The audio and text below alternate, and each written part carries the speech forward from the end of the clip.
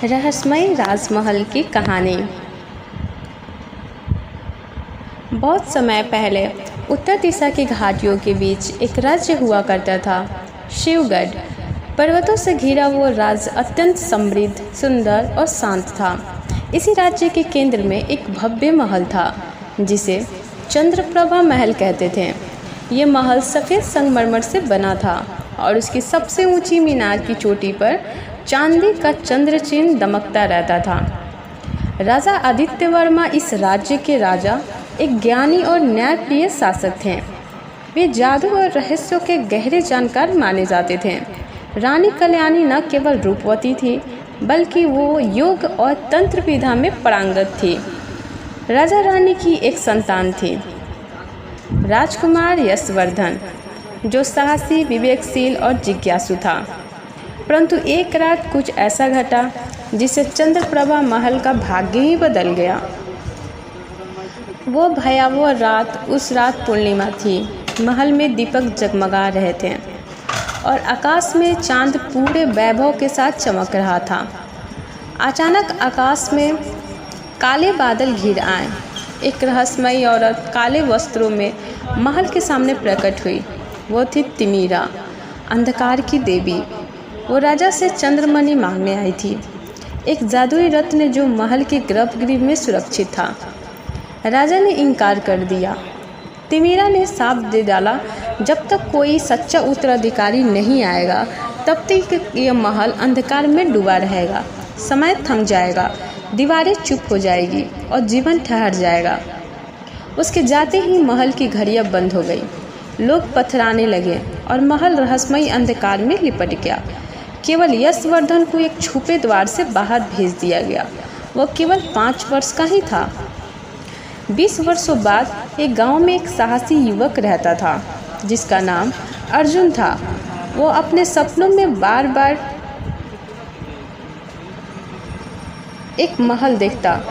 वो रानी की आवाज़ सुनता और रहस्यमयी दरवाजों को खोलता। एक दिन उसे एक बूढ़े साधु मिले। उन्होंने अर्जुन से कहा, तुम ही शिवगढ़ के उत्तराधिकारी हो। चंद्रप्रभा महल का रहस्य तुम्हारी प्रतीक्षा कर रहा है। अर्जुन को विश्वास नहीं हुआ, पर उसकी आत्मा उसे रोक नहीं पाई। वो पहाड़ों की ओर निकल पड़ा, उस महल की ओर जो अब केवल डरावनी कहानियों में रह गया था। महल की दीवारों के भीतर जब अर्जुन महल पहुंचा, तो उसे देख महल का मुख्य द्वार खुद ब खुद खुल गया। अंदर अजीब सी खामोशी और ठंडक थी। हर दीवार, हर मूर्ति, हर झूमर जैसे समय से जमी हुई तस्वीरें थी। अचानक उसे एक कमरे में सुनहरी किताब दिखी। उस पर लिखा था, यशोदाय नमः। किताब खोलते ही वो भूतकाल में चला गया।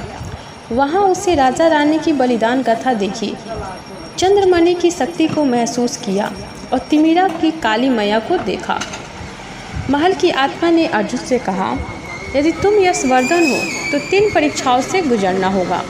साहस, त्याग और सच्चाई की परीक्षा। साहस की परीक्षा। अर्जुन को एक जलते हुए गलियारे से गुजरना पड़ा, जहां उसे अपने डर और भ्रम से लड़ना पड़ा। त्याग की परीक्षा। एक घायल परी उसे मदद के लिए पुकार रही थी, जबकि महल की दीवारें गिरने वाली थी। अर्जुन ने परी को बचाया और फिर से परिद्वार सुरक्षित निकल आया। सच्चाई की परीक्षा। तिमीरा स्वयं प्रकट हुई और कहा, चंद्रमणि लो, लेकिन मुझे अपनी आत्मा दे दो। अर्जुन ने इनकार कर दिया। मेरी आत्मा मेरे पूर्वजों की अमानत है, मैं किसी लालच में उसे नहीं दूंगा।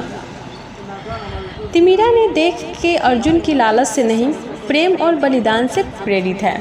उसकी माया टूट गई। महल में प्रकाश फैल गया। हर मूर्ति में जान आ गई और राजा रानी की आत्माएं स्वर्ग में चली गई। चंद्रमणि फिर से अर्जुन के हाथ में चमकी। वो अब शिवगढ़ का नया राजा बना, राजा यशवर्धन द्वितीय। महल में पुनः जीवन आया और लोग विश्वास करने लगे कि अंधकार को हराने के लिए केवल एक सच्चा दिल ही पर्याप्त है। सीख। रहस्य तभी प्रकट होते हैं जब कोई सत्य, साहस और सेवा के मार्ग पर चलता है।